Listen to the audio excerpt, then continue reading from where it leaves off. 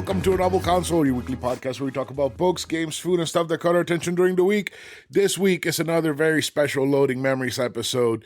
This time I have Dave from Monster Dear Monster. He is here to join us, and he has been showing me games over Twitter that have been blowing my mind, and I cannot wait to see what else he shows me, because this we haven't even recorded, and already has been an incredible experience talking to this man. Dave, how are you doing today? I'm doing pretty good. It's the weekend yet again, so that's always good on my side of things. Right. It's early Sunday morning, at least early for me. So we're just gonna start the day off on the right foot today. So tell me about Monster Dear Monster. Yeah, so basically I started up the podcast because I was in the Souls community of podcasts some years ago, and a few of the episodes I was listening to, I was like, oh, this, I think at the time the podcast like word, I don't know, the sense of it seemed like it was a professional thing, and you had to have all this equipment, and I was like, oh, you know what, I'm listening to some guys and they're just chatting. And the barrier to entry, once I looked into it, was really little. You just needed a microphone and something to record stuff on. And I enjoy mythology and just creature feature movies and like spooky tales. So I figured I would put some of my like academic learning to use because my degree is in Asian history. And I was like, I'm familiar with a lot of this stuff, particularly from like Japan and Korea. So I love like the little spooky monsters, and so many games kind of traffic in that. And I was like, I have tons of like mythology books, and I started like digging through those and going, okay. So say for me, I started the podcast off with Neo, and that has a bunch of yokai in it. But I went and dug into like the history of these specific yokai, because there's like little lore bits in the game, but It didn't really fill in like the backstories. It's like, I can do that. And so I sat down and I basically wrote a research paper and then tried to read it and realized that sounds boring. The information I thought was good, but my delivery, I just didn't have it.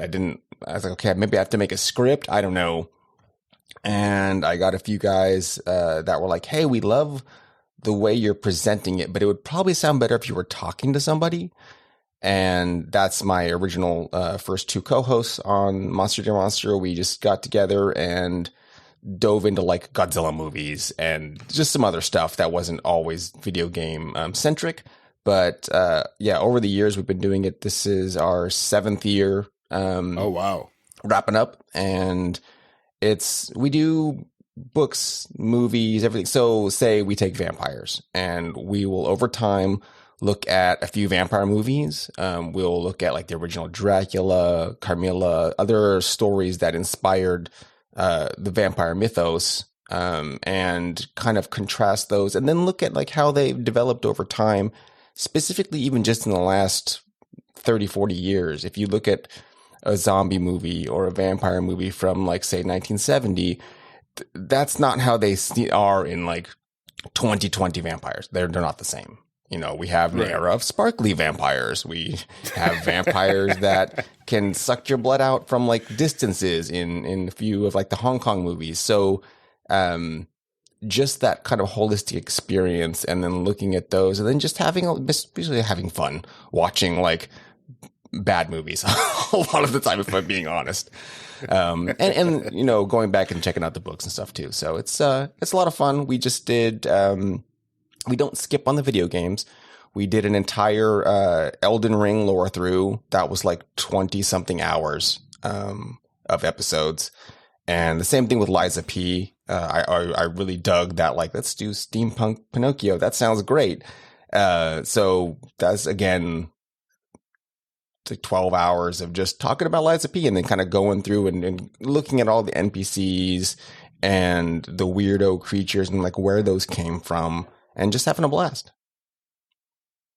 You know, I am not big on Souls likes, but Lies of P did resonate with me, and I'm pretty sure that while I was playing, I saw like monsters and stuff. I'm like, oh, I wonder if that has anything to do with Pinocchio. But you know, I wasn't like into it enough to stop and look into them because I'm pretty sure that you know some of the NPCs that you find have something to do with the Pinocchio story. But I am definitely going to listen to that episode because that sounds very interesting. I want to learn more because that might actually get me to come back into the game because I need to It was very fun. The little bit the 9 hours that I put into it. Yeah, and we broke it apart. So it's like I want to say it's 5 episodes for the whole game, but they're divided by area. So you can we've like sort of spoiler walled them just the way we built it up together. And Okay. if you're like, oh, this is the first, I think we just stopped it by bosses. So if you get up to the first boss, we covered that, like that run. Okay. And then you can proceed and like do the next part and then maybe go back and listen to the episode. That way you're not spoiling yourself as you go through the game. Right. And you got about 252 episodes. Each one has it's 400 hours of chatter on spooky things. you know, usually when you hear about like breakdown of monsters and stuff in media, usually you think that the episodes are going to be 4 or 5 hours long because there's just so much to talk about. But I'm seeing that the episodes range from an hour to an hour 30 max. There's like maybe a couple 2 hours, but you know, you're covering vampires. There's a lot to talk about there. Right? Yeah. So these are very doable episodes, and there's a bunch of topics that are very interesting. You know, you have aliens, kaiju, mutants, vampires, bugs, bunch of cool stuff, man. Anything could be a monster. I mean, there's some that's man was definitely the monster there. So it's like it's played out because everybody said it since it came out. It's like The Walking Dead. They're zombies, but the real monster is man. Yeah. So I really wanted to give it a listen. I wanted to listen to the Godzilla -1 before we recorded because I like to do my research before. Mm-hmm. But work has just been fucking horrific this week. I know how it goes. So I have that Godzilla -1 episode queued in because that movie was just fucking incredible. It was so good. Oh yeah, there's nothing but sugar for that movie on that episode. Man, I need to. Since I'm going out soon, I'm probably gonna like download it and queue it up for the whole flight because it's long enough that I will start listening when I take off and then when I land. Yeah. You said you were headed to New York. Oh yeah. Final preparations of getting everything ready. Yeah. But New York's not important right now. What's important is you. So you showed me a bunch of games. You showed me the one that blew my mind that I was like, holy fuck, I didn't know that this was a thing for so long was Fa Sanadu for the NES. Mm-hmm. Yeah. So tell me about that. So when that game came out, I'm trying to think. I was a little guy. It's a side scroller. It's Nihon Falcom, and they've spun off and done a few other things. They do the East series, and then they get into all the tales of. And that particular one is a spinoff of the original Dragon Slayer game on the MSX. So that's like a 1983 game. But Faxanadu came out on the Nintendo, and it's a fantasy game where I think it subverts some expectations. The lore itself behind it is built on like the world tree, so Yggdrasil. So it's a little bit of Tolkien fantasy tropes mixed in with some Norse mythology. And then like couple little twists. So like for an example, when you're saving your game, you go into like a little church and you have to remember your mantra. So like there's a cleric and he's like, remember your mantra. And it's of course it's just a giant string of characters that you have to write down as your password. But you're trying to save, your little town is being invaded by, dwarves and elves, but the dwarves and elves in this are transfigured, horrendous little creatures.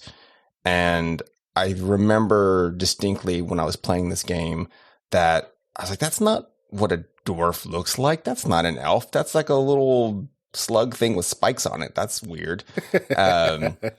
And just realizing, oh, there's something poisoning the world tree, and it's transfiguring all like the other races, and everyone's under duress. And so the game itself, side-scrolling platformer, and you're ascending the tree. So every little bit you go up is some caves and some little towns. They're just going higher and higher in the world tree. It has like you have MP for your spells, and you just have general, like a sword attack. It's nothing fancy, but I think what stands out the most from it, aside from like the little cobbled together strange setting, is the music. The music is fantastic for this game, so I definitely recommend anyone to check out the OST. I'm looking at it right now, and I see that there's like conversation with like merchants and stuff. Yeah, and they have pretty well detailed like portraits of the characters you're talking to. Yeah, the game came out in the later years of the NES, so they were pushing the hardware a little bit more.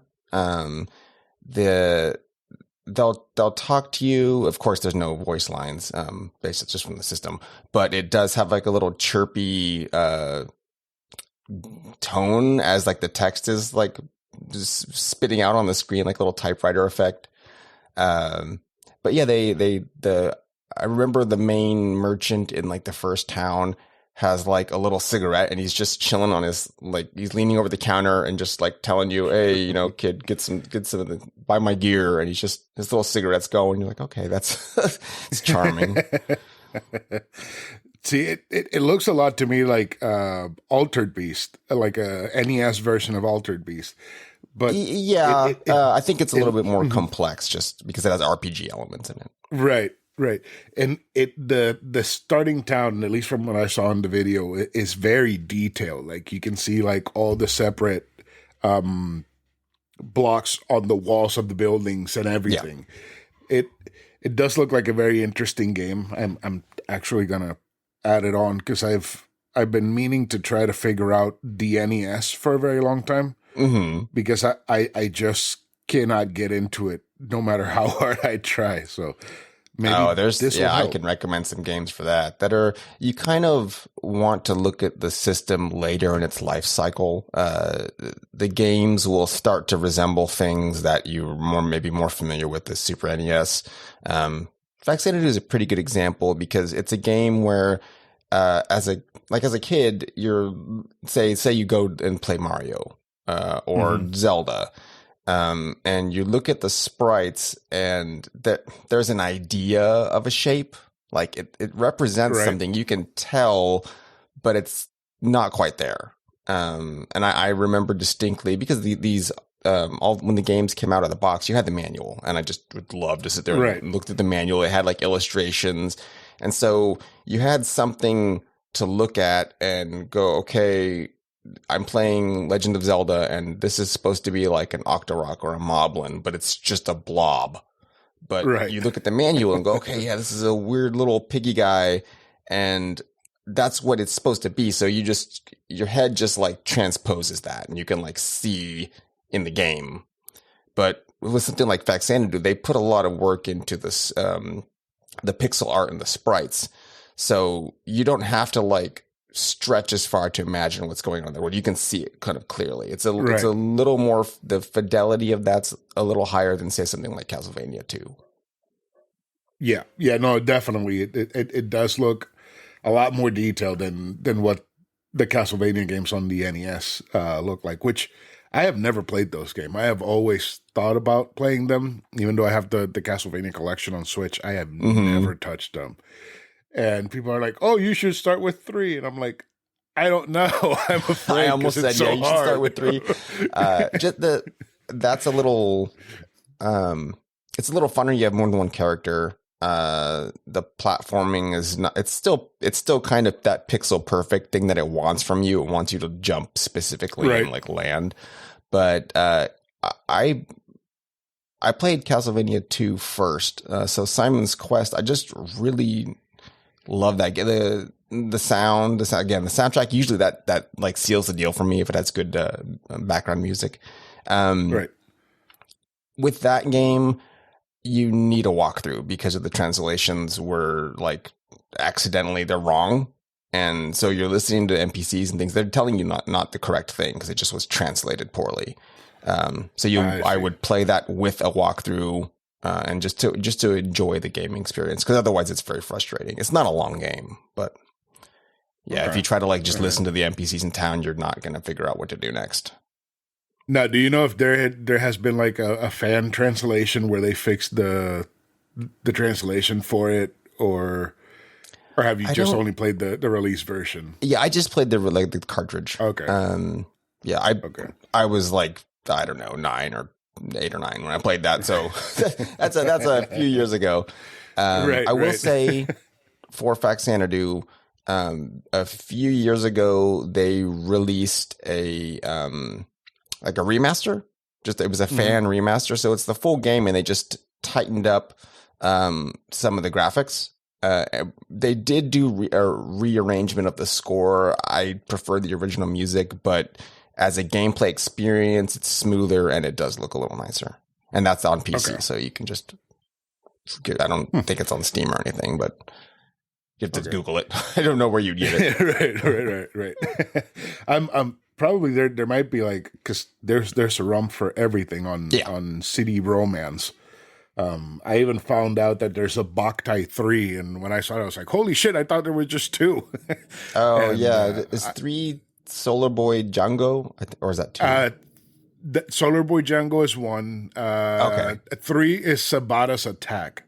It's like Django's brother is around for some reason, and he imprisons Django, and the whole game is you trying to escape the tower you're imprisoned in. Yeah. So I didn't play those games. My buddy did. And I was, when I worked I was a manager for a video store for years. And so on breaks or whatever, when it was slow, he would just play his game. But I went to,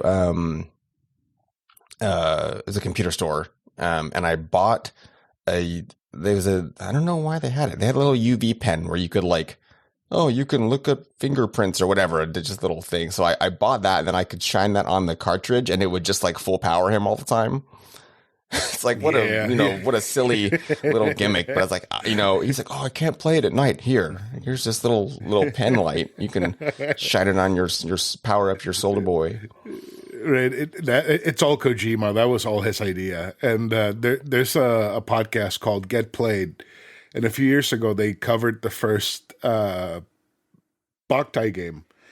And Heather Ann Campbell, one of the hosts, said that she went to a coffee shop with like a UV light, and she would like put it on the table and turn it on, and she would play towards the UV light. I just thought that was the funniest shit to see, like a grown woman at a cafe full of people just shining her UV light at a Game Boy. Hey, look, you got to play it. You got to get some time in, and just that conceit. It's like it's fun and weird, but.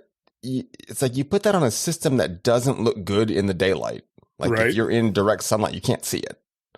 So it's like, okay, I get why you're doing that. That's neat. But yeah, everyone's let's just go get a UV light. Right. Yeah.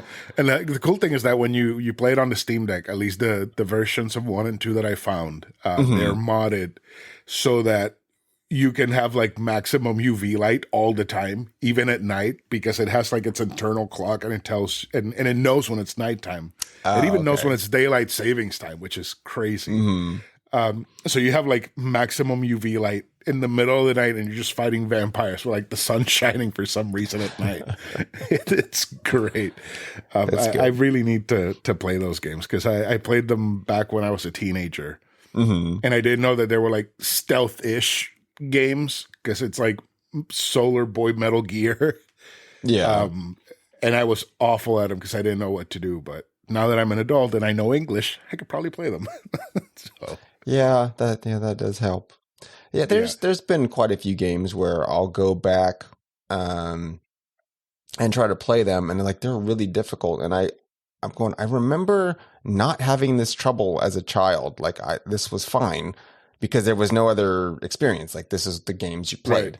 And then realized, oh, I didn't have as much trouble because I sat there for 3 months all summer long, like, banging my head against a level or something.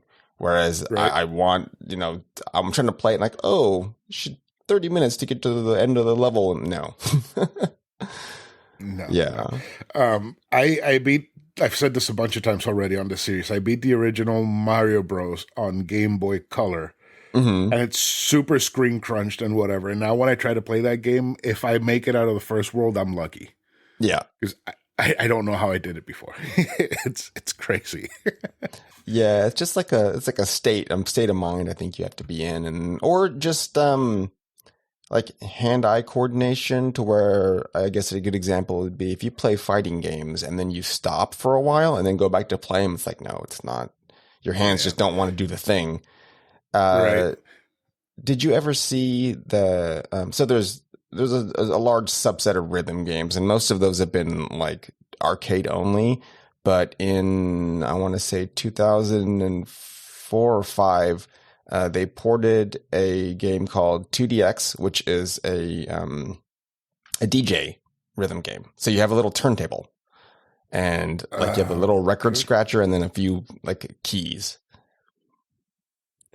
I remember DJ Hero and Beatmania. It's around that same time, because the Okay. Bimani games you can use that controller on. But I see the machine, the arcade machine. Wow, this is wild. It has it's a pretty whole ass great. DJ table. Yeah, and the PS2 port of it had like a miniature version of that. Really? That is that is awesome. It's great. But the coordination you need for that is very specific. And I sat there and I'd play games usually when I got home after work, so it's like 2 o'clock in the morning, and I spent a lot of time playing that game. And then I think I was moving or something, so I picked it up a few years later. I was like, oh, I found my controller. Oh, I'll dust this thing off and I'll play a couple tracks. No. I was like, what my hand is supposed to do? No, how was I playing this? And it's just that, like, that zone, or you get used to something, but you forget that, oh, you built these skills up over time, and it was like hours of playing to get to where you could play like the harder tracks. And it's like, oh, I figured I could just, my favorite song is this one, but it's like a level 3, and nope, can't play that. Right. Yeah, no, I get that because what was it? My cousin had DJ Hero, and I went over to his house a couple of times and played it, and then he just lent it to me for some reason. And when he lent it to me, I couldn't figure it out. I couldn't, because you have to like move like this little bar to move like the colors on the track, Yeah. because sometimes they move and then you have to press the button, and for some reason I just kept scratching by accident every time I moved the thing. So I can't imagine with that much many more buttons, especially if it's like fast, like Beatmania. Yeah, it's 'Cause fast. that is insane. Yeah, you're hitting like the little pips, but you're basically kind of playing on a keyboard where it's Okay. I think it was like 5 black keys and 4 white keys, but you have to kind of hit them with your palm. Like you can't use your finger. And so you're wiggling your hand, but it's enough to hit like the individual buttons. It's a lot. Like if you can probably watch a YouTube Wow. thing of just seeing how fast the tracks are. The music is good. But it's a tough game. Yeah, just things like that where skill over time, like we play a lot of games. I think most of us, if we're call ourselves a gamer or whatever, we've been playing games for a long Right. time. Yeah. And that skill doesn't like, it's not something if you're not maintaining it, like it can go away, particularly on say it's like a shmup or something. Go back to play that, and it's like, okay, yeah, no, I tried to play Gradius. It's like I'm just dying all the time. Yeah. Yeah. No, hell, even platformers like Mario 64, if you Mhm. don't play something like it constantly, you're not going to be able to get too far. 'Cause I beaten Mario 64 a handful of times, and I beaten the DS version a bunch of times. But then when the All Stars collection came out, the 3D collection, I got stuck on the pyramid world. Like I couldn't get past it for some reason. I'm like, I know I beat this. What the hell is wrong? It's just I'm not good enough anymore. So. Yeah, and that's been a tough thing when Mario transitioned and decided to be like, we're just going to pretty much do only 3D Marios with a couple offshoots of the side-scrolling ones.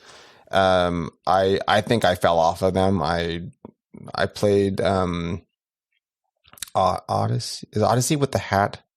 Yes, that one is fantastic. I love that one so that much. was good. I watched a buddy play you're in the universe. I don't know. Galaxy? Mario Galaxy? Galaxy. Yeah, I think the last one I played is where you had like the little water backpack. I liked that. Okay, so that's Sunshine. I've never played that one. Yeah, that one's weird. I mean, they're all a little weird, but that one's where you got a little talking water backpack. It's like, that sounds weird and fun, right? And I need something different on the GameCube, That's the one where they take the long jump away, so you can't do when you're running and you crouch and jump. So he does the very long jump. They took that away in that game, and people I think you just slide. I think they want you to slide and jump. Like you shoot the water out and it makes a trail, and then you slide on it, and then you and launch yourself. It's been a minute. Yeah. It's been a minute. I played that when it came out, so I don't know. I don't pick like any particular genre. I play like pretty much everything. I will say I started off with like weird little PC games, sci-fi stuff, or just kind of whatever my dad was like, here's a game. And it's the 80s, so there was no like, I don't think there was a rating system. I think the games were just what you got. I remember there was one called Barbarian on the Atari ST, and I think it was also on the Commodore 64. But the Barbarian game, it's like a dueling game, and I loved Conan, like the movie, and it looks like it's definitely like Conan adjacent. It's not Conan, but it's Conan. Like they couldn't get the rights for it or something, so they just like it's Barbarian. Right. But you're definitely doing like you spin and just lop the opponent's head off, and there's fountains of blood. And I'm like, yeah, that's just the games I play. Oh yeah. I see it like there's a still for the game for Wikipedia, and it's just like a head in the air and the body spewing up blood. Yeah, there's blood. There's I played like Karate Master and Ninja and just whatever we had. I don't remember. A big one I played though was Time Bandit. I love Time Bandit. It's a little kind of like Gauntlet, I guess would be the easiest comparison. Okay. So you got your little guy and you're just running around a map, and it's sort of Pac-Man like where everything's corridors and you're just shooting things and just trying to get to the exit. You got to find a key and you get to the exit. But the big conceit. That's the one you sent me that I said that looked like Zombies Ate My Neighbors. Yeah. Like it's that same zombies. style of game. Yeah. Right. That one looks very impressive for it. That you said that was for what? For the Atari? Yeah, it was ported to the Atari eventually. I think it's an Amiga game. It came out in 1983 originally. I didn't play it till like 86 or 87. They ported it on a bunch of systems, and they finally, I think recently, did a Steam port of it. But unfortunately, it is keyed to because these systems have like 1 megabyte of memory. So if you play them on they're overclocked. If you play it on anything more recent and it just moves too fast, I think in the game there's a debug menu where you can slow it back down. I picked up a book that was written in 2010, just recently, and it's a history of Time Bandit, and it has the original kind of game manual stuff in it, a breakdown of all the levels, and then it has like Time Bandit lore. I was like, okay. There's like little short stories and all kinds of. I was like, someone really went deep into this game and just loved it so much they wrote a book. Right. But yeah, I played that game a lot. So the big conceit is you're in this like Nexus zone. It's like a little hub world, and then you can move your little guy to one of like, I think it's like 12 worlds, and each one has a theme. So there is an Egypt level, there is a space station. It feels kind of like DuckTales, where you can just like, I'm gonna go to the moon. Right. And your ultimate goal, I think, is just to I don't know what I never beat the game. It's a long game. So I guess an example would be if you go into a level, you beat it, you can go back into that level, and there's 4 different versions, and each one's harder. It starts like reversing the map and things, and you're supposed to clear every little zone, but like 4 times each. It would take a long time. They're not long, but they're not short levels, and you die. You only have a set amount of lives.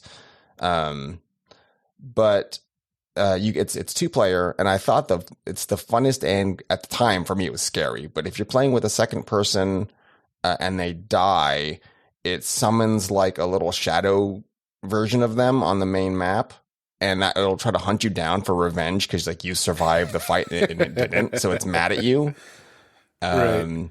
And there's a spaceship that comes if you spend too long on the map and you're just putzing around, not entering a level. This little ship comes and it grabs you and tosses you into a level. It's like a randomizer, but it throws you into one, and it says the universe needs your help. So sometimes it could be a real hard level. That's funny. I'm looking at it right now, and I saw that there was kind of like an NPC that the character talked to. So there's NPCs in there's a couple quests like you go through, and I think there's a castle level, and there's a little dude that's like, you have to save the king or whatever. He gives you a little thing to do. And so there's items and stuff you can pick up where you actually have to, while it looks kind of like Gauntlet, you have to enter like whatever the item is, get the flask and then use the flask. So it's requiring a little more of you than just moving and shooting. Right. It also looks kind of a little bit like text adventure, because when I saw the text was being entered, it kind of looked like it was being typed out. They're pretty big passages too. I'm trying to think. I know I could read when I was playing it, but I don't think I can.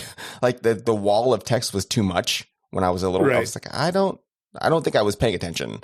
I was like, I just want to go shoot the guys with my missile launcher, Yeah, no, I get it. It's very impressive. That is a very, very impressive game. I saw a lot of like things that I've seen in other games. Well, it does have like a Pac-Man segment in it where there's a Pac-Man level. Yeah, dots. it's great. So yeah, the biggest thing about the game isn't even to do with the game. I played that game a lot, and I played other stuff too. But then my parents rented Terry Gilliam's Time Bandits, the movie. And so I was so excited because I thought, I have Black Cauldron game. So I know that's an adaptation of the little cartoon. Right. So this has to be an adaptation of this movie, or maybe they based the movie off this game. And so I was expecting like, they're going to go to the pyramids and they're going to get picked up by aliens. It's like, that just didn't happen. I love that movie, but I was disappointed because I thought it was going to be about this game. That's pretty good. That's very funny. I was like, where's his rocket launcher? This has nothing to That's great. I've never seen that movie either. And there's just a whole bunch of so Time Bandits, the movie. Yeah, watch that. That's fun. That's a good movie. It's 81. Okay. Huh. Probably, I'm going to ask my mother-in-law about it. She's probably going to know about it. Apparently last night, they decided to sit down with my brother-in-law's girlfriend and just start asking her what movie she hadn't seen, and apparently she hasn't seen a bunch of stuff that I've also haven't seen, but I will never say it because they'll force me to watch it, and I don't want to watch. I don't want to watch Pretty Woman or Sabrina or whatever the hell all those movies they were watching. There's like time to sit down and watch Love Actually. Right? Like, you've got mail. Like, Yeah. no, I'm good. It's rom-com weekend. Let's do it. No. The only rom-com that I want to watch is Scott Pilgrim, and it's not even a rom-com. It's a story about a guy being a shitbag. Yeah, nobody's good in that movie. Right? Everybody's awful. Yeah. Yeah, no, the thing that blew me away so far from Fasanadu is that it spinned off into the Trails Into games, like Trails into Asher, Trails of Cold Steel, all those games, and then it also spun off into I don't even know how to say, like, a quote unquote Sanadu series, because I asked you, it's like, oh, is it related to Tokyo Sanadu? And like, and you said, I was like, I don't know. Yeah, apparently it somewhat. is. So that's weird. Oh no, it is. So it's crazy that it's been around for so long, that this set of series started off as this little like side scroller adventure RPG, and then now it's still around with all of these games that are niche because only massive nerds like me play them. They're not games that are moving a lot of copies. That's for sure. No, but the thing is, like, I don't know if you've kept up with it, but every time a Trails games come out or an East games comes out, you have to buy it immediately if you want to play it eventually. Yeah, because they're gone. they make short runs, and when they're gone, and then resale, they're expensive as hell. Yeah, the one benefit is the more recent games have been like on the digital storefront for quite a few of them. So unless you're looking for like a collector's edition with something, they might do some pack-ins or something. But you can get them at like exorbitant regular launch game prices because they very seldom go on sale. No, here's your 30% off sale. Oh, I needed it to be a little cheaper. It's $60. Yeah. Yeah. Because I played Trails of Cold Steel, the first one, and I loved it, and I wanted to play the rest. And I was like, oh no, the buy-in on these is expensive. I don't have that kind of cash. A couple $100 just to get the rest of the series. And they keep they're not rebooting it, but they do like little trilogies where it's like, here's a three games and that's one story, and then the next 3 games might be a prologue to that. It's related or has some side characters, but it's their own next like version of the story. Right. I think Trails of Azure is the new one. Trails from or to Zero, and then Asher's the sequel to it. And it gets convoluted if you don't like get them as they release. And then you see that all of these characters from the Asher games are like on the main series, but you have no idea how they got there, so you have to play the other one. I know it's a big ask. I think if you you can spend your whole time and like that's your game series you play. Like that's the things you do is play these games.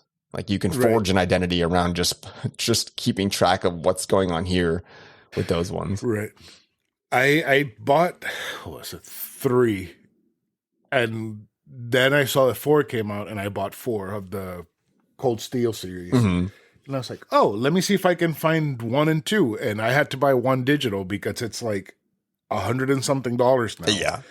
And I managed to get a copy of 2 from GameStop, and the box came all destroyed. So I have the box sitting somewhere, and I have just the game case on the shelf. And like, why are these so expensive? And the retro game store back in Orlando whenever one comes in, like you have to call and tell them hold a copy because it's next to Full Sail, so it's just packed with nerds.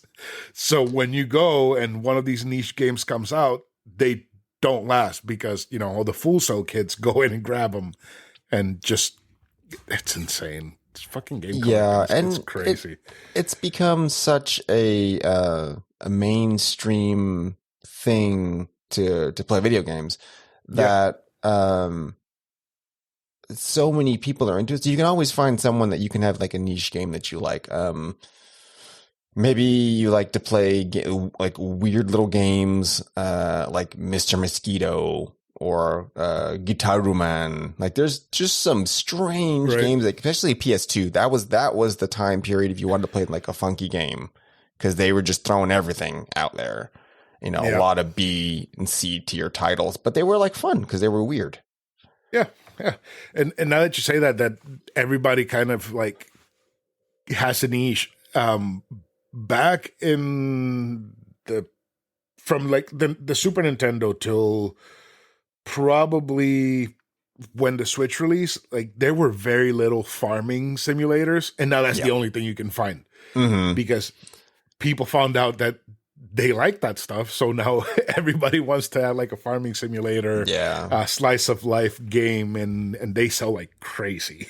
Oh, they do. It's like I need my Song of Season 7 and. Right. Right. Like I'm on my like 40th year on Stardew Valley. I wonder what my children are doing right now. Yeah. Those I guess I can say that's one genre I tried it. I tried Animal Crossing and a couple that's not my bag. I can appreciate like there is an audience for this very specifically. That's not me. I always like the idea of it, like the idyllic, like, oh, that seems fun, like a good distraction. But my time to play games is like, as I've in the last, I don't know, decade or so, it's gotten smaller, for sure.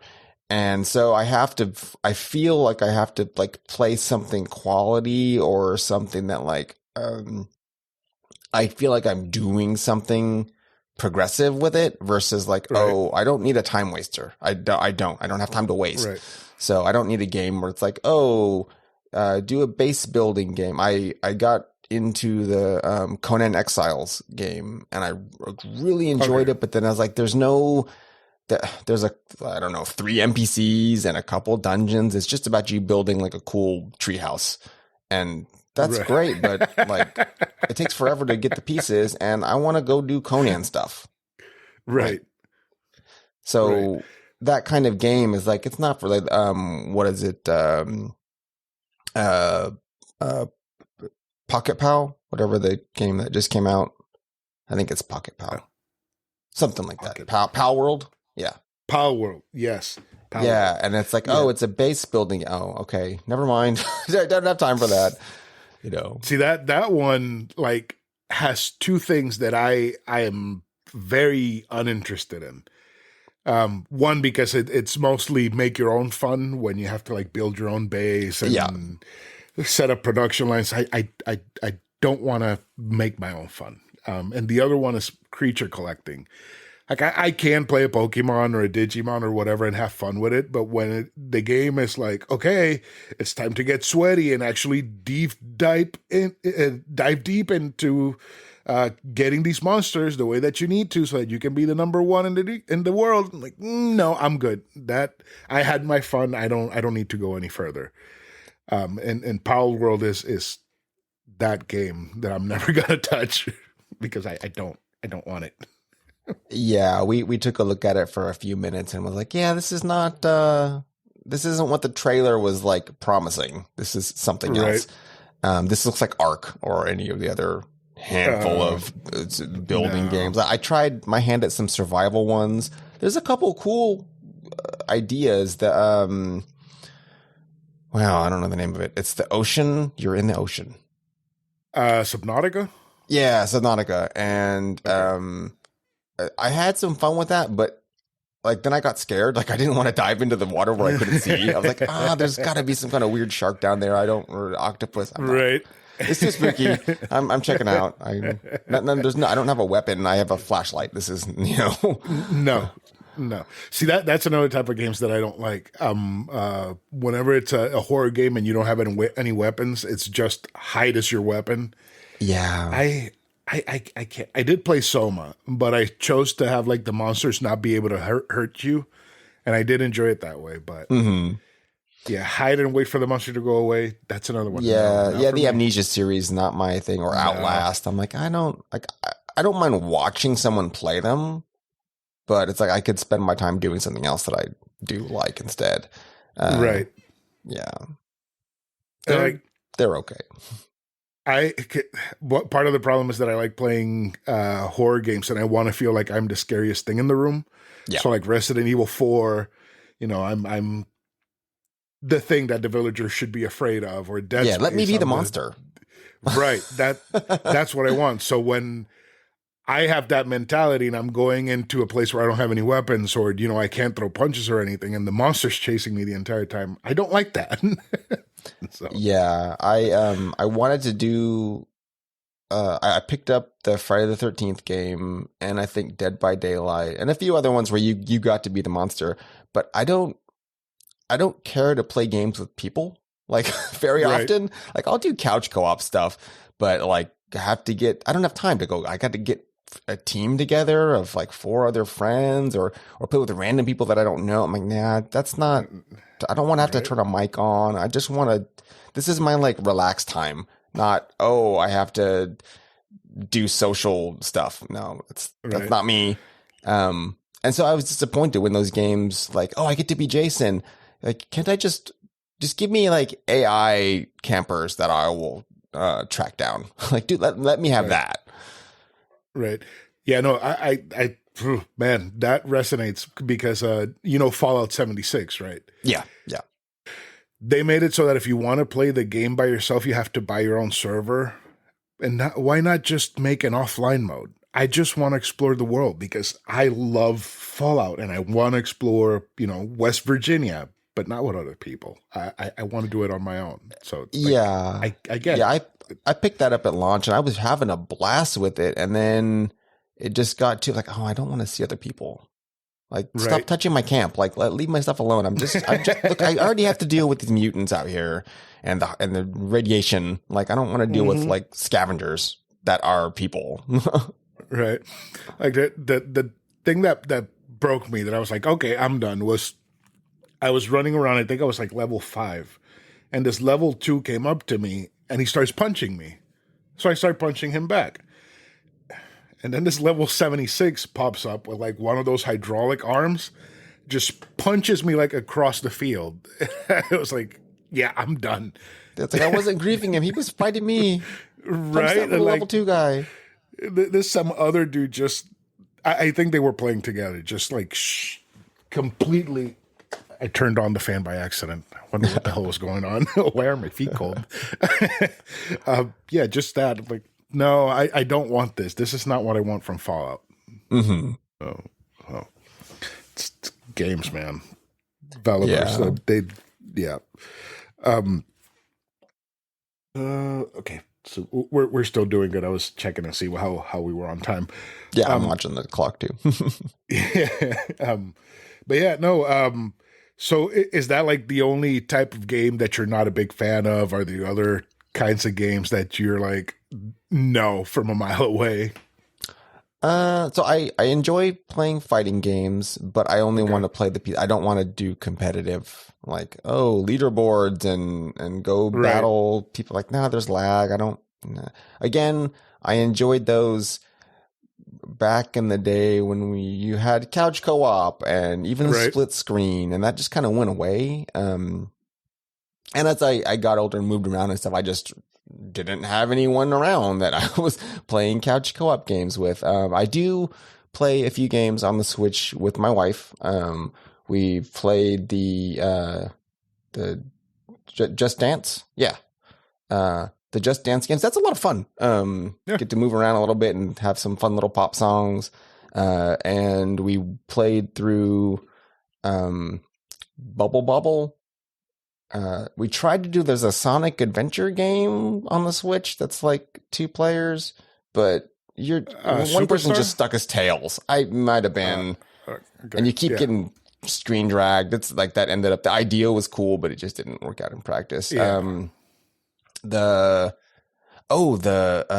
latest Kirby game is a lot of fun.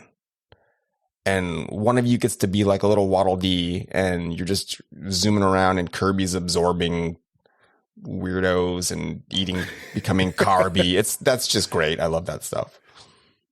I was gonna say, have you guys tried Castle Crashers? Yeah, we've played that. We've done a few, like, it's not a LAN party, but just some folks together and did. I think we played Castle Crashers and what is the Left 4 Dead? Yeah. So stuff like that, with like 4 people, I don't mind that kind of game if you're like a team working together to do a thing. I don't want to do antagonist games. I will, so one of the games that my wife and I were playing when we were starting to date, we were playing Sniper Elite. And so that one, because we were in different states, and so we could play that cooperatively, and then you're trying to take down Hitler, and so that was a lot of fun. And just the different play styles we had, where it's a sniper game. I'm going to sit up here on this tower and then try to snipe people, and then she's just running around throwing grenades and causing chaos out in the thing. And I'm like, what are you doing? You're alerting all the guys. And he's like, haha, no, they're here. I'm going to get them all. I have a little knife. I'm going to stab them. It's just like, okay, way different play styles. I didn't anticipate this. It's funny because I thought that was exactly how that was going to go, and that's exactly how it went. You're trying to be tactical, and she's just throwing grenades everywhere. Yeah. That's how all the interactions go when we're doing stuff. She's just, I'm gonna go in full bore and just destroy it. And I'm like, I want to be over here. I'm gonna throw some magic, or whatever it is. I'm at long range. I don't want to actually be in the conflict. I'll do the support role. Let me heal you. That's so funny. So, so you guys play co-op. Now, you said that you played fighting games. What was your favorite fighting game growing up? Wow. I played Street Fighter a little bit. 2. I didn't play the first one. I played Street Fighter 2, and then I got into Mortal Kombat 1 through 3 because I think I had them all on the Genesis. But my mom would we'd go to the mall and she would just drop me off at the arcade with a roll of quarters or whatever. And so I would play Mortal Kombat in the arcade, and I liked to play the weird. My parents would go bowling, and I was little. I was like, I can't even think I can lift the bowling ball, but I can play these 1942 and this other the bowling arcades had 3 games usually, and they had the SNK cab where you could pick 5 or 6 different games on there and play those. So there was just weird Samurai Warrior and just all the off-brand brand games. They're this isn't Street Fighter, this is World Heroes or World Warrior. So I played those Fire or something like that. yeah. And I did love. I like side scroller beat 'em ups. So Double Dragon and that kind of game too. I got into Guilty Gear a little bit. I had that on my PSP because that was the PSP wasn't region locked. So there was a local big electronics store. And they, for some reason, had a bunch of import games. I don't know why. They just had them, and they were a few dollars more than the regular ones. So I just, when I had the PSP, I was taking Japanese in college, so I could read the menus at least. and I could just fumble my way through. And plus, if it's a fighting game, I didn't really need to read, Right. like, there's not a story or something I have to mess with. I just need to know what punch and kick is and whatever your super counter and the mega move. So the Guilty Gear stuff was great just because the creator of that's like, I love weird American rock and heavy metal stuff, and I'm gonna make the characters these little weirdos. You know. Right. Like I'm gonna have the series poster boy be Freddie Mercury, and Yeah. and his nemesis is gonna love Metallica. it's Yeah, great. it's great. It's so goofy. Yeah, I love those. If I played Killer Instinct a bit, but you know, I did play Killer Instinct growing up on the 64. I never figured it out until I played it on Xbox, and I'm like, oh, you were supposed to just press every button at the same time. they just really wanted you to juggle and do combos. Just keep hitting them. Clay Fighters. Clay Fighters was fun. Oh God, that's a little weird game. Yeah, it's a very weird game. Kind of problematic nowadays, but yeah, well, it's the same thing with what was the dinosaur one? Primal Fury. It's like I remember getting that, and my mom's like, "Are you peeing on that guy?" I'm like, "No, that's not pee or whatever." I think, because when I got the Sega, my first games, my parents picked me up. I talked them into getting Mortal Kombat, Primal Fury, and RoboCop vs. Terminator. And RoboCop vs. Terminator is very bloody. Like everyone you shoot explodes into like a fountain of blood. I'm like, Mom, but it's the Terminator and RoboCop. I love those movies. We love them. We watch them so much. What's the difference between seeing that guy blow up on the windshield of what's his name? Red Foreman's car instead of Rodecker. Right. Yeah. He's a mutant sludge guy. Right. Yeah. Oh, did you have you played the new one? The yes. Is it good? Okay. All right. So this is what I told everybody that's asked me about it. It's the best way to go into it. It's think like Fallout New Vegas ish. Mm-hmm. But RoboCop and janky, because it has a lot. I like a little bit of janky though. No, it's fantastic. I gave the game like an 8.5 out of 10 after playing it, and it's like 25 hours long to do everything.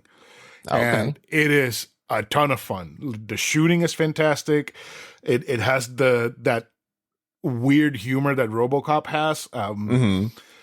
The voice acting is very good, actually. I wasn't expecting the voice acting to be that good. It's kind of like the best budget title based on a property you're going to find. It's very, very good. The only thing I wish was better was the walking, because your RoboCop, it's like slow. Yeah, he doesn't run. Right. And when you run, he just like walks a little bit faster. Yeah. That's like he the only thing. He walks with intention. Right. And my wife was like, because my TV is like right across from me, right? So it's like there, and my wife's desk is there, right next to the TV. And I was playing RoboCop while she was trying to work, and she's like, "Can you turn that fucking volume off?" Because every step you hear RoboCop like stomping, right? Okay, yeah, right, for the entire game. And I absolutely loved it. I think I beat it in like a weekend. It's a very, very fun game. Okay, yeah,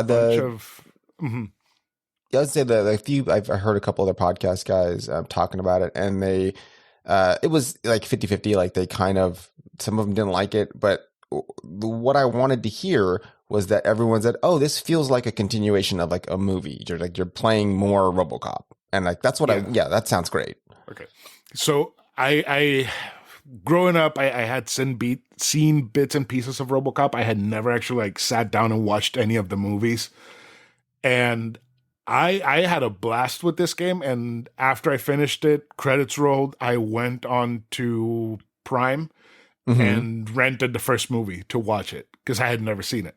Oh. And then I started seeing like a bunch of things in the movie. I'm like, holy shit, they like brought a bunch of these little threads from the movie and like expanded them in the game. Like they just made them like a whole thing. Like they explored more into what's going on. And I think I saw that RoboCop 3, one of the major characters dies. So if this game is canon, it's before 3. Yeah, I think it's between 2 and 3 is what I'd heard. Yeah. Did you watch 2 yet? Not yet. I'm gonna watch 2. 2's that's my favorite. I like the first one maybe better, but 2 just has a good villain. Okay. You can skip 3. I feel like that's one that you could just, it didn't need to exist. Okay. And the TV show is not great either, but I did watch it. Yeah, I saw that there was a TV show too. Yeah. I just thing about 1 is that the dad from 70 Show is the bad guy, and I just think that's the funniest shit.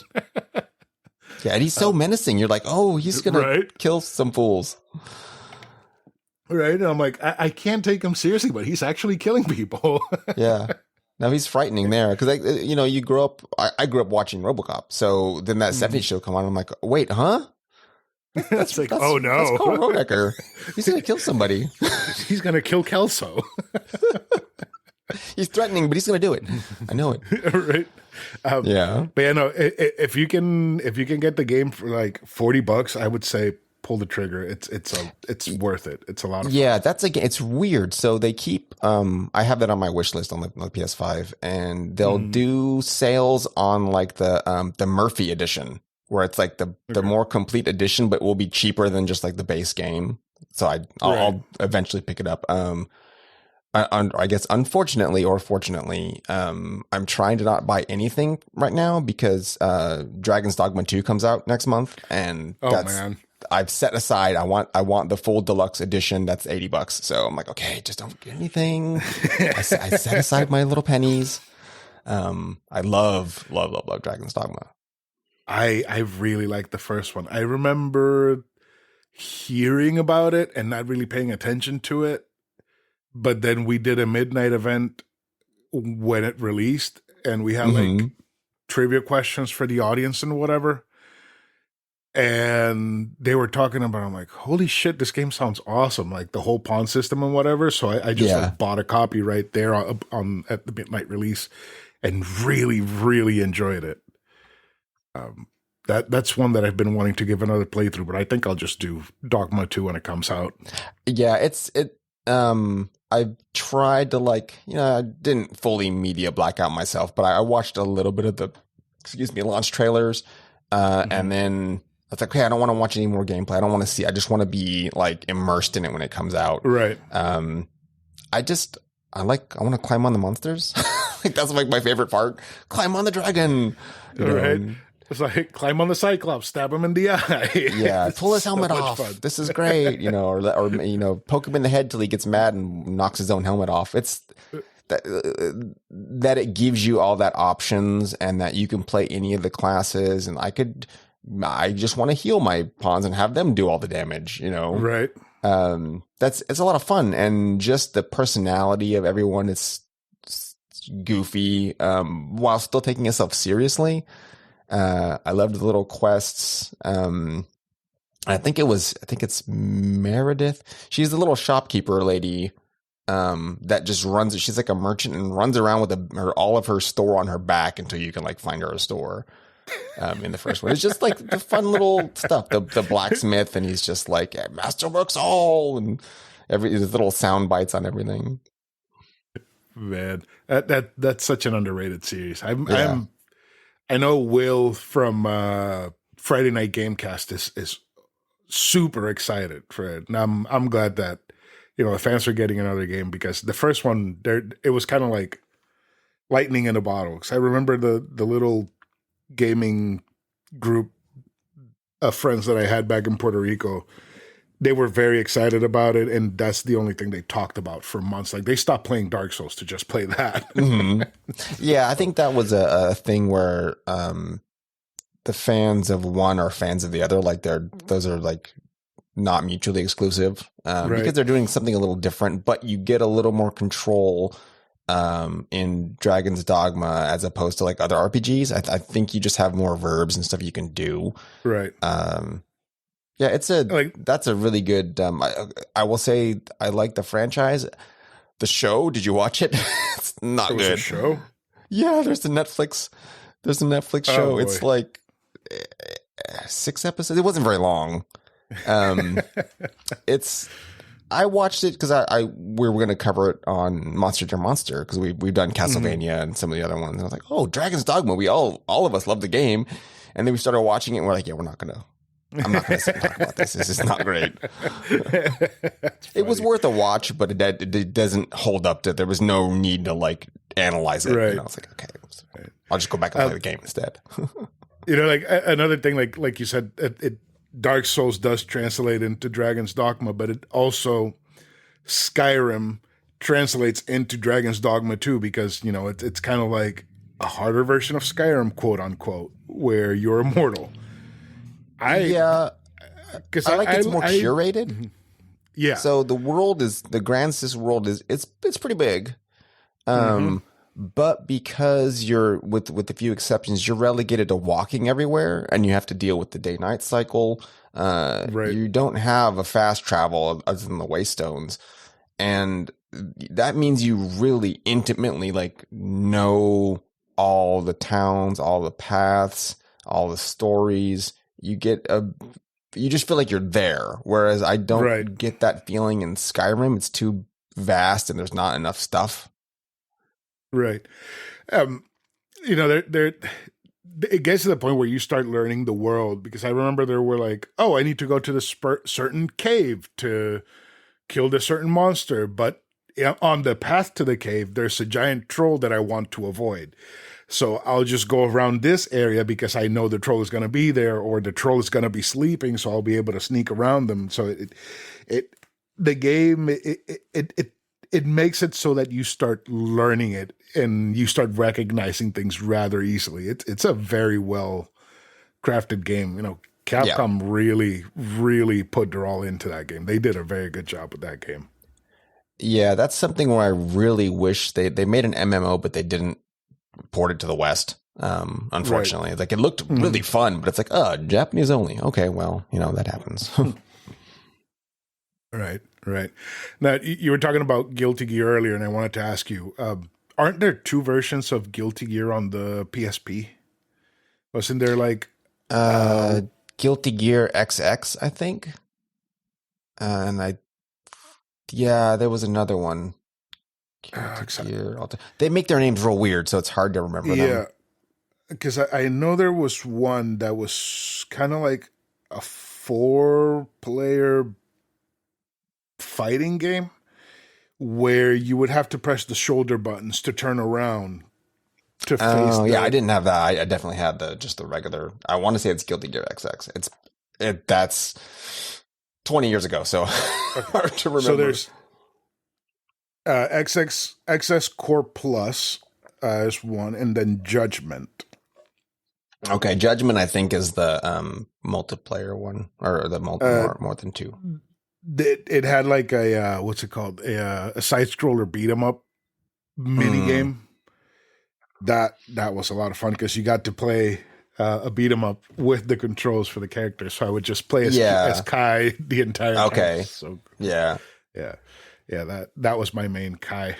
I haven't played in a long time. I tried the new one and it's good, but it's not the same. Yeah, I fell off of fighting games when it started doing more of the 3D stuff for a while. Like say Mortal Kombat. I didn't play I'm trying to think. Any of them up through 10? Okay. Then they started doing 2D again, but with just 9, with like the fidelity. Yeah. And so my brother picked that up, but he'd been playing the other Mortal Kombats. And he was like, "Oh, dude, check out the new Mortal Kombat." And I was like, "Okay, I'll come take a look at it." And I was like, "Oh, this looks great. This looks like how I remember it being, rather than just like a the Tekken thing." And he's like, "Oh yeah, I want to play." I'm like, "Sure." So we started playing it. I just like crushed him because the controls were the same as like the old Mortal Kombat stuff. No, I know these moves. He's like, "Well, how did you do that?" I'm like, "Well, I played a lot of Johnny Cage when I was your age." That's funny. So, have you played the story mode in the new games? No, I didn't. Or did I? Maybe I picked up 10. I didn't think I played it though. I've heard it was really good. Like it's a movie, like a whole story. Yeah, yeah. 9 is good. It kind of reboots the entire thing. Hmm. 10 is a continuation with like the next generation of fighters. Yeah, And then 11 is fucking crazy. 11 is so good. And then 1 is good, but 11, holy shit, 11 was insane. That story, they like pulled all the stops and it just kept getting crazier and crazier. yeah. And then the Is 11 DLC got the even one? crazier. Is that where like Liu Kang becomes a god and resets the universe? At the end of a game. Yeah, Okay, that's kind of okay. like It's hard. yeah, Yeah, okay. That's why they went and did Mortal Kombat like back again. yeah. I didn't really keep pace with it, but I just like tangentially absorbed like what was going on. I like the movies. Oh, the latest movie was really good. I enjoyed that a lot. I know people hated it. I loved it. Even if the main character had plot armor, Yeah. literal plot armor, it was still great. Well, I just so the guy that plays Sub-Zero is Joe Talzim, and he did a lot of the Silat films with Iko Uwais. So just what he was in like The Raid and a few other movies, and Okay. his just martial arts is like fantastic. So it was great to see him in like a Western movie too. Right.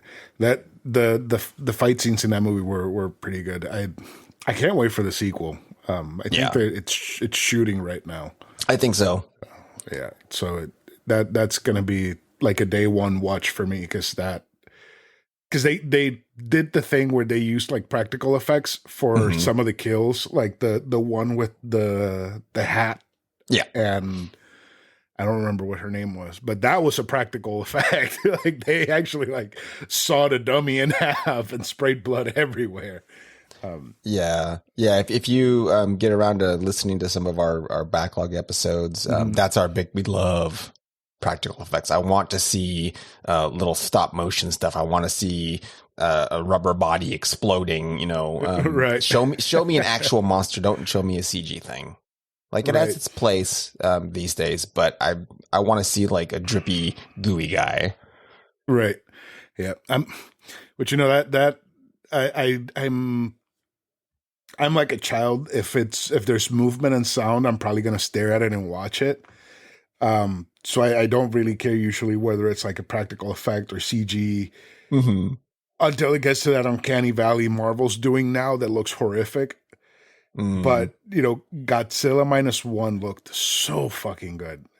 It was all CG and it looked so damn good. The part where the bomb gets lodged in its jaw and it blows up and then he like rebuilds Yeah. his face. Like and then he wakes up. I was like, oh shit. My wife was like, gross. It's so good. Like that. Yeah, That's that's a fantastic. ingrained. They did a limited release on it, but the director wanted to do a black and white version, so they did that. And it's when they didn't do a filter, they went scene by scene to like color match the black and white to like make it work Oh, wow. for every scene. So that should, I imagine, be on like the Blu-ray release, which I will definitely pick up. Did you watch Shin Godzilla? I've been meaning to watch it. I haven't. Watch that. That's if you want to see a little freaky little Godzilla. That's the one. He's a little weirdo. I think the the only reason why I haven't watched it yet is because I've seen like bits and pieces, and the part where he's like running around and he's just bleeding everywhere was that should make my skin crawl. So that's the only reason why I haven't watched it. But then I saw the laser scene and I'm like, oh shit, I need to watch this. Yeah, he has point defense lasers. Like what? That's insane. It's so good. And the music, so that's Hideki Anno, and he used the music from the Evangelion anime in the movie. Oh, really? So all the orchestral arrangements are from Eva, and it's like it's real weird. You're like, okay, I know this music. What? He's using his own music from like an old series. That's awesome. I'm definitely gonna need to watch that. I I just need to make time to watch movies, man. Yeah, It's so it's hard. tough. No, I know. I can barely fit in the stuff I'm supposed to watch every week. Right. Like, but then if it's something stupid like Rick and Morty, I'll just sit down and hork down the entire thing. Like even the new Ted show.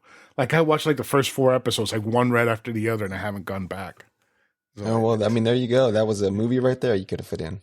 right. And like Ted is not bad, but it's fucking Ted. Like it doesn't add anything to my life. Yeah. Right. So, but it's like I sit down, I have like the PlayStation controller. I'm like, do I want to play or do I want to watch a movie? I'm gonna play. Like I get that that Netflix paralysis where it's like I have a big watch list on whatever service, and I just stare at them going, I know I want to watch a thing.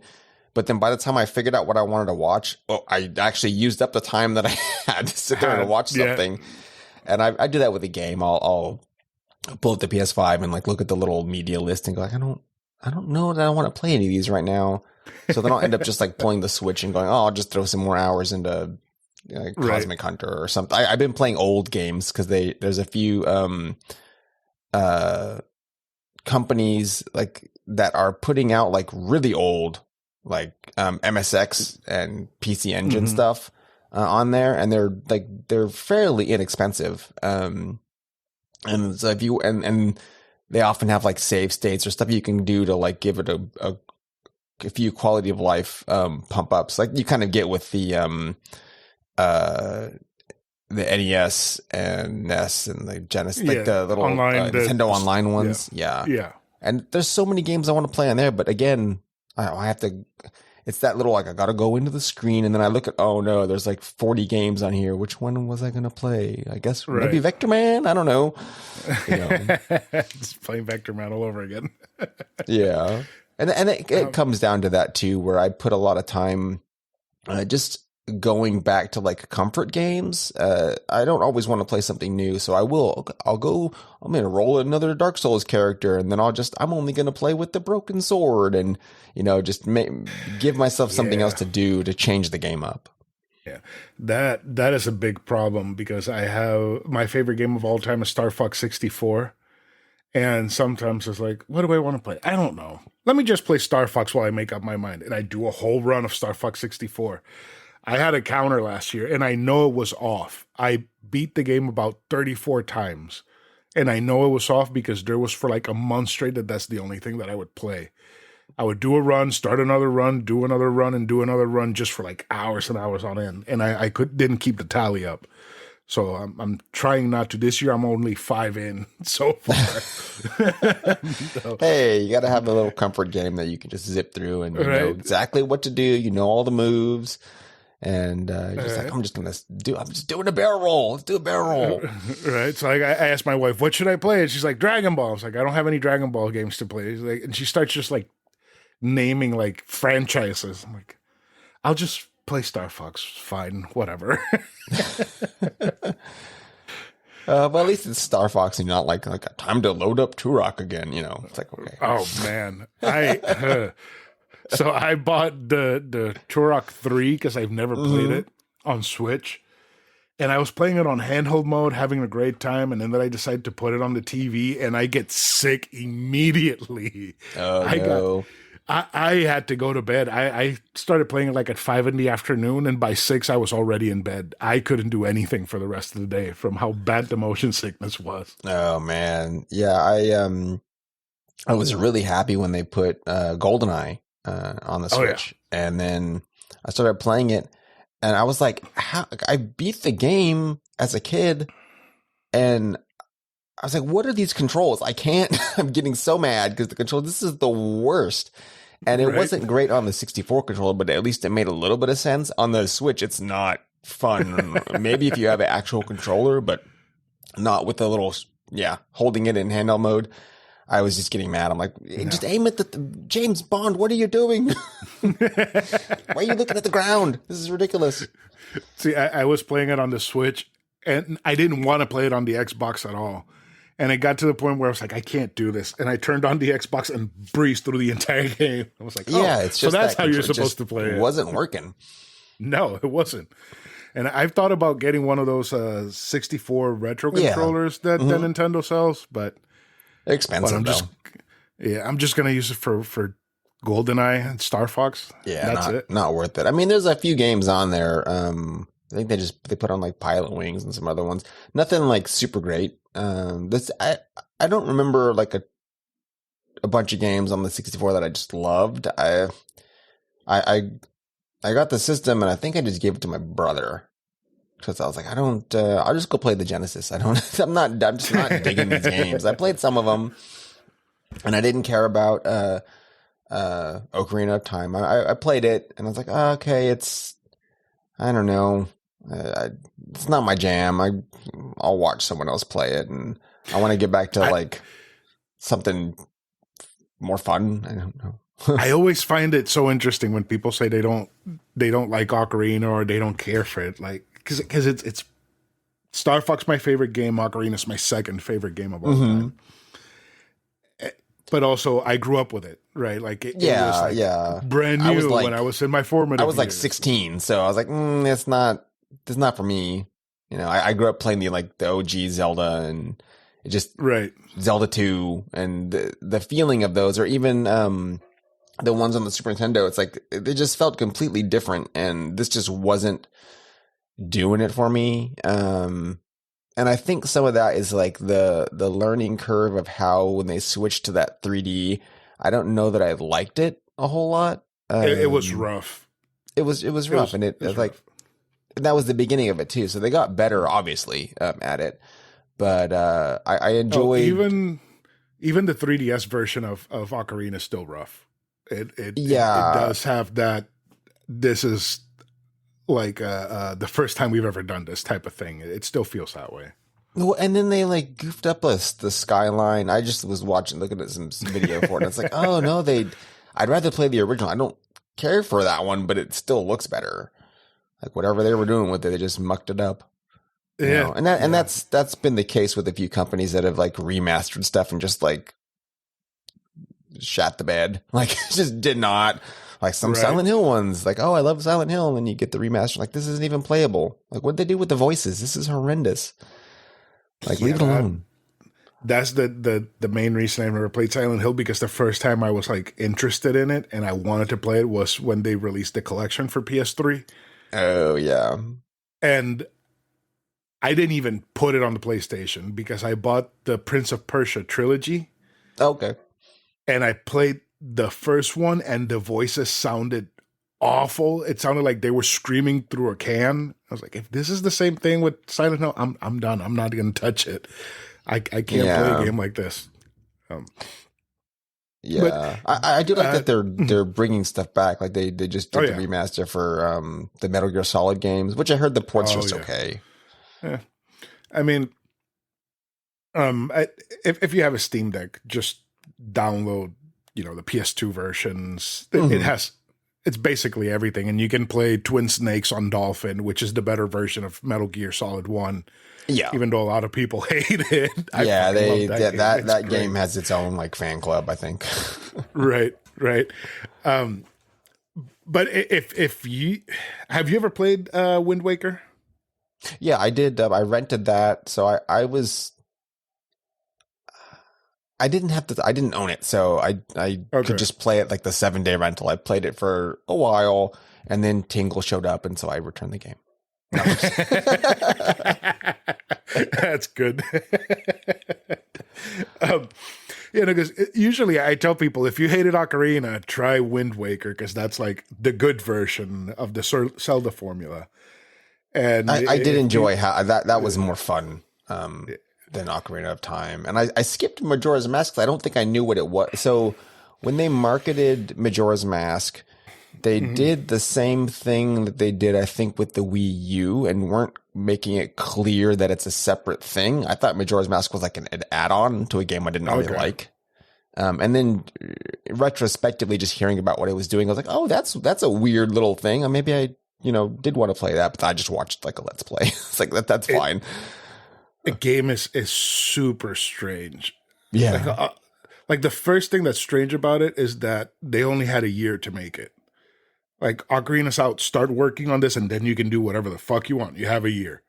Yeah. So they've reused a shit ton of assets, like all of the They're characters just in using the game. engine and everything. So that's a little quicker, but And then the story, the cycle, the 3-day cycle, and then the dungeons and the time management and how dark the game is, because it is a very dark Zelda game. It deals with a bunch of topics surrounding death, and it's a great game, but it's really tedious to play. I beat it for the first time on the 3DS, and there's a challenge in the final dungeon that I swear I almost threw the 3D. I don't rage. I'd never rage at games. The game had me raging. Like, I was sitting at a restaurant with my wife waiting for our food. I was like, fucking game. He's like, calm down. We're in public. It's like, I know, I can't. But it's an experience. It's a game for lack of a better word. Yeah, it's a game. Yeah, I think I've given I love the idea of the Zelda games. I don't ever think I dig as much the execution of it. And that's on me. Like, I just don't jive with it, but I always want to. So I remember specifically I picked up Twilight Princess and then I played it for like an hour and I was like, this is not for me. Just give it to my brother. And that also has a very long intro, so I don't blame you, because that intro is fucking I just eternal. was like, okay, I'm a wolf now. I mean, that's cool. Okay, this is fine. Midna's a little weird. That's okay. And then I picked up, because everyone was playing it, the not Skyward Sword. I didn't get that one. Breath of the Wild. Breath of the Wild, yeah. And I put a bunch of hours into that, but that game, all I was doing was cooking things and then climbing stuff and gliding around. Like, I wasn't advancing the story. I wasn't actually doing anything. And so I realized, okay, I probably can stop playing this because I'm wasting my time. I'm just floating around. I mean, I'm having fun doing that, but I'm not going to beat the game. Like, I'm not engaging with the game beyond this like superficial, oh, I don't want him to eat, I'm getting cold, got to eat hot pepper soup, Right. So I liked the mechanics of stuff, and I had no problem with the weapon durability. They did give you tons of weapons, and like, oh, I'll just throw my little stick at the moblin or something. The only complaint that I had about the weapon durability was that the Master Sword broke. Other than that, like, all that didn't make any sense. I felt like if you should get the one weapon that didn't have like a durability, like do it for that one, and then make that end game content only. Right. Or make it really behind a really hard puzzle or something. They could have done something with that. So, because of that, I had no interest in picking up the sequel. And then it like, I had fun watching like little videos of the weird stuff people were building. Oh yeah. like that Godzilla was neat, but I was like, it's like, I don't need to pick up this game. This is not, I already know it's not for me. So no need to, waste my time on that. But games that are open world and then let you do like weird little quests and things. So there's a game that's Outward. Outward is a lot of fun. So that game is a game, and it has, so when did it come out? 2018 or 2019? It's fairly recent, sort of, I guess, in the scheme of things. But that does it has multiplayer, but it also has local split screen co-op, which is, you don't normally get that. It's particularly in a game it's kind of like Morrowind and that sort of thing, where you're just wandering around a world, and you have specific quests you can go do, and the map has like zones, like this is the desert area, and this is the snow place. But the vistas are all like gorgeous, and it has that same feeling like with Elden Ring, where you can see like the Erd tree. So there's one weird like this pink tree that you can orient yourself with, and the whole thing is you're doing little quests, but you're just wandering around with a backpack, and you can keep getting increasingly larger backpacks to put more stuff in, and it's so fun. Like you're not doing you can fight monsters and stuff, but I just want a bigger backpack. Let me get the biggest backpack, and I see something on that horizon. I want to go walk to that. Oh, look, I found a mushroom forest. It's a charming game, and it gives me that sense of like exploration that I didn't feel like I was getting with something like the Zelda games. Right. Like Okay. Breath of the Wild you can explore, but the biome is the same. Like I want to, this is a poison swamp. That's great. Give me something like that. Give me weird adventures and, strange NPCs and like, I don't want like, bring me back like 10 silver boots or something, Right. Like, my son's gone missing. He went to go get something from me from this mine, and like I like that better, like something that means things to people versus just like an item fetch thing. Right, like give me the 10 spider butts and you have to go kill 10 spiders. spiders. I mean, that has its place. I will play some like janky. I like the Euro jank game, so like Riven. No, not Riven.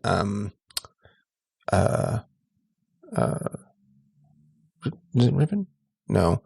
What the name of the Piranha Byte Studios? I think they do. Elex, I think, is their. Elex. Okay, game.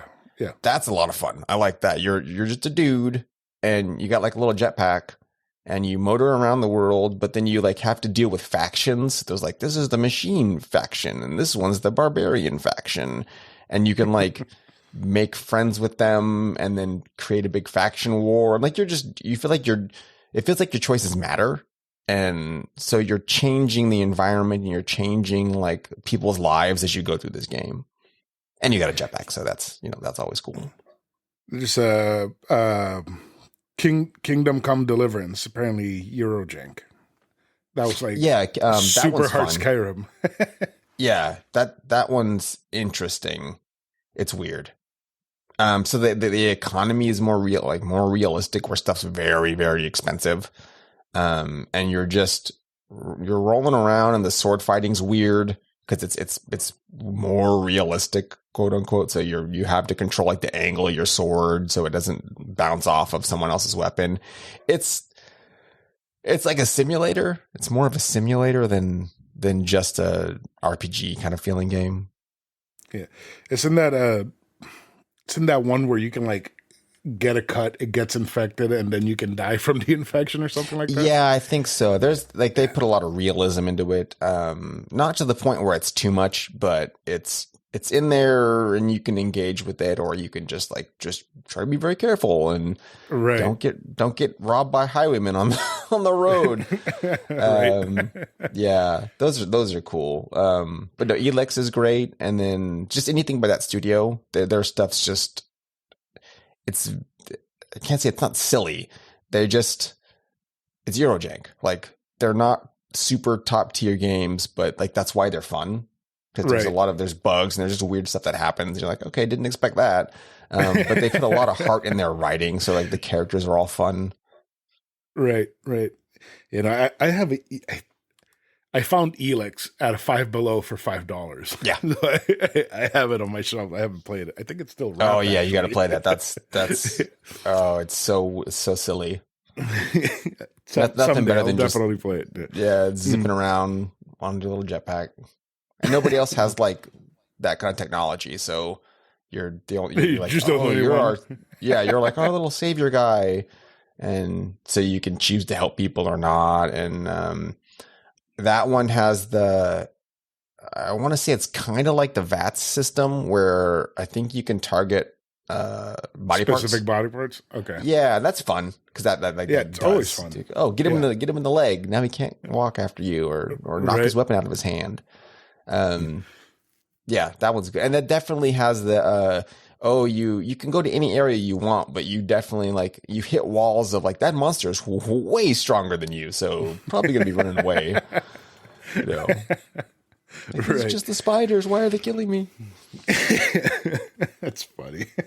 Yeah, I think I say it is Riven. It's the pirate lords or something. It's the same company, and they do it's a trilogy of games where you're a person that crash land on an island, and then you're just trying to survive. But it's not a survival game. It's an RPG. So you wake up and you're like, oh, you found a little village, and they send you on a quest, and it becomes a big snowball of like story you're doing. Right. But it's if you like the way Elix plays, those do the same thing. They're a little harder. I will say, like they're not. Okay. There's a bit of grind necessary. Like you definitely can just die from anything. Yeah. I don't mind the grind. Last night I was like 4 hours just grinding out a dungeon in like a Dragon Infinite Wealth. So okay, yeah.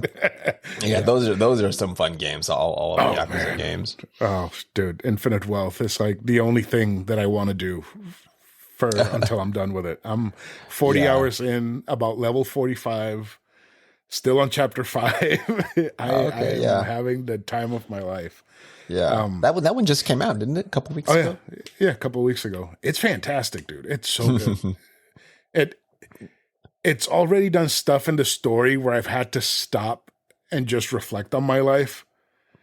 Mm-hmm. And I went to tell like my wife one of the biggest twists like early in the game, and she's like, "Are you okay?" And I'm like, "No, I'm not. I don't think I'm gonna be okay for a while." And still, I'm like processing what happened in the game. It's like, these are like fucking video game characters. Why is it affecting me so much?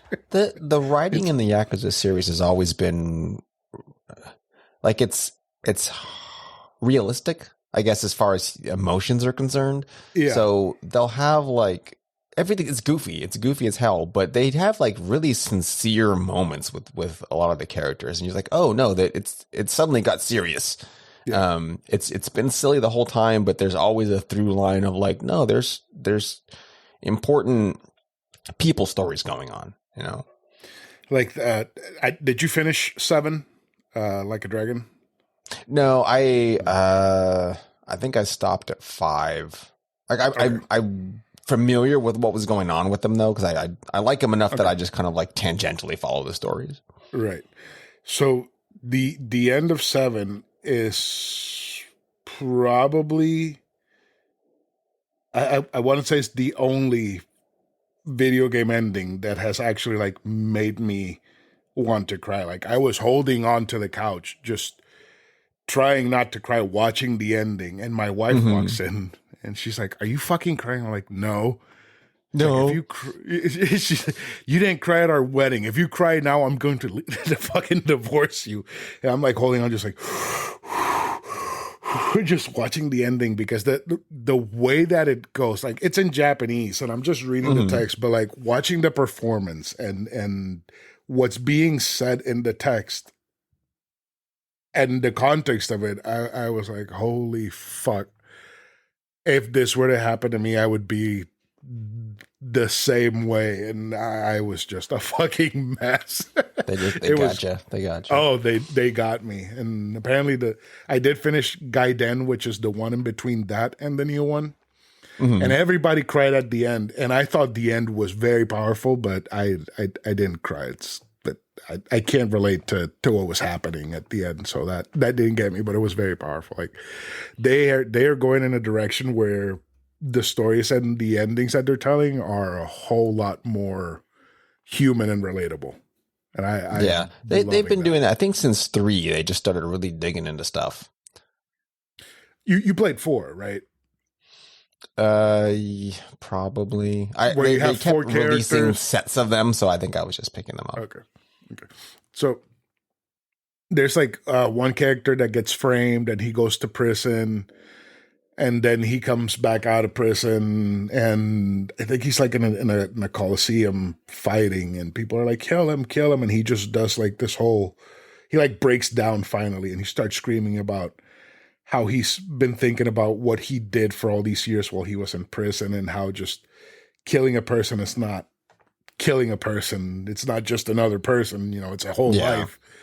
That was very powerful too. That game, people don't like it a lot, but it's still a very, very great Yakuza game. Yeah, I don't really think they have any misses. Like the games, they know what they're doing, and they do it well. Right. If you want some funky, fun, offbeat stories, they've got that. They've got like drama going on. weird mini games. You just want to go beat up people on the street. I mean, you can do whatever. You know, Right. it does the total package, and they've only gotten like better and better over the years, particularly because they've been using a lot of not just voice talent, but like actual like movie actors and their likenesses, and so you can recognize them from like Yakuza movies. So it's, right. that's always Like good. the three I don't think they're patriarchs. They're lieutenants in Zero. They're all actors. Like they're real life actors. Yeah. In the new one, they have Danny Trejo in the game, and it's just fucking crazy just seeing Danny Trejo like walk out and start talking to you. That is great. It's great. It's so good. But yeah, we're almost at an hour 40. So let's go ahead and call it. Cool. I want you to tell me about where to find Monster Dear Monster, any other shows that you have. Just go ahead and plug them now all over again. All right. Yeah, you can find Monster Dear Monster at monsterdear.monster. Make that super easy. I have a few other shows. They're unfortunately they're on hiatus, so there's probably like I don't have a link tree, but there's some stuff on Twitter is probably the easiest way. So on Twitter at Sentient_plus, you can find links to everything else that I've done. There's a podcast of kung fu movies. There's one on Asian sci-fi cinema from the 70s, 80s, and 90s, which I got to start that back up. That's a lot of fun. And then upcoming, there will be some bonus episodes on Monster Dear Monster, which aren't monster related. We'll be talking about all of the Jackie Chan Police Story movies. Oh, wow. Okay. I'm all over the place. Awesome. I love movies. Yeah. No. So I'm gonna go ahead and plug everything into the show notes. So all people have to do is just click and Yeah. You said that it was monsterdear.monster. Yeah, Monster Dear as in like Dear John. Yeah. Not Yeah, not a animal. deer monster. We have shows on that, but not So yeah, so I'll plug everything so you guys can go listen to Dave and him talking about monsters and doing like deep dives on all that stuff. You have 6 7s. You said you're currently working on season 7. It's almost wrapped up. Yeah, and there is a podcast. I'll just send you the link because I don't remember the name of it. It's the Wandering Swords podcast where I covered almost all of Berserk franchise. Oh, okay. Before COVID happened, so the podcast just went away. But it covers up through I think volume 32 of the manga. All of the movies, the original OVAs, and the janky CGI TV series. We did the whole thing. So if people love Berserk, we talked about it for. There's a lot of content to listen to. You guys really subjected yourselves to the new Berserk anime, the CGI. That's completely censored and unwatchable. It's something. I watched the first episode and I was like, nope, I am out. I cannot. It went places. It was pretty faithful to the manga. It just also looked horrendous, but Oh yeah. Can't win them all. Oof.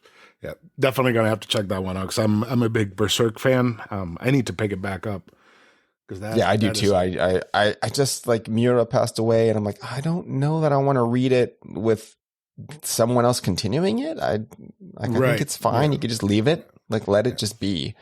But I will eventually maybe I'll pick up the podcast for that and wrap it up just as due diligence. Right. I need to figure out what chapter I was in. So last I saw, Guts was drowning, and that's all I remember. So couldn't tell you. So, right. Like how many times has he almost died? Yeah. Like he wears heavy armor, you can drown pretty easily. Right. So yeah, man, this has been a blast. Thank you for coming on. I definitely want to bring you back on. I want to bring you and Jala together back on because you guys. Yeah, are thanks for having me on. Yeah, that would be a fun one too. So there's always you guys more stuff to talk about. Are great. You guys have like these odd games that I've never heard of that are super interesting. Also, the games that I do know about that are just so much fun to talk about, and seeing like all of your different perspectives. Like you grew up with the NES and you didn't like the 64, so you went back to the Genesis. That's just so funny. Just bouncing around, man. And between the two of us, myself and Jala, our interests, some of them coincide, but we have enough variety to like talk about different things. And she has anecdotes. Like I don't always have stories. She has stories. Oh yeah, no. She when I had her on earlier, she was just telling me some of the stories, and they were just fantastic. Like how you guys met, and how she kept telling you that you were going to be her husband. Mm-hmm. I was like, "Yep, that sounds about right." And then I just look. She just like in Sniper Elite, she just goes in and wrecks the battlefield in real life, and I'm the support character. So it's like she just kept saying it, and you're like, "Yeah, you're right," and then just kind of like rolled with it. Yeah, and here we are. It's worked out just fine. It's great. It's great. So yeah, that's it for this week's episode, everyone. Just make sure to check out Dave, check out his stuff. It's gonna be all, well, you can probably see it right now, all in the show notes. And do you want to say goodbye to everyone, Dave? Yeah. You guys have a good one, and thanks for listening. All right. Goodbye, everyone.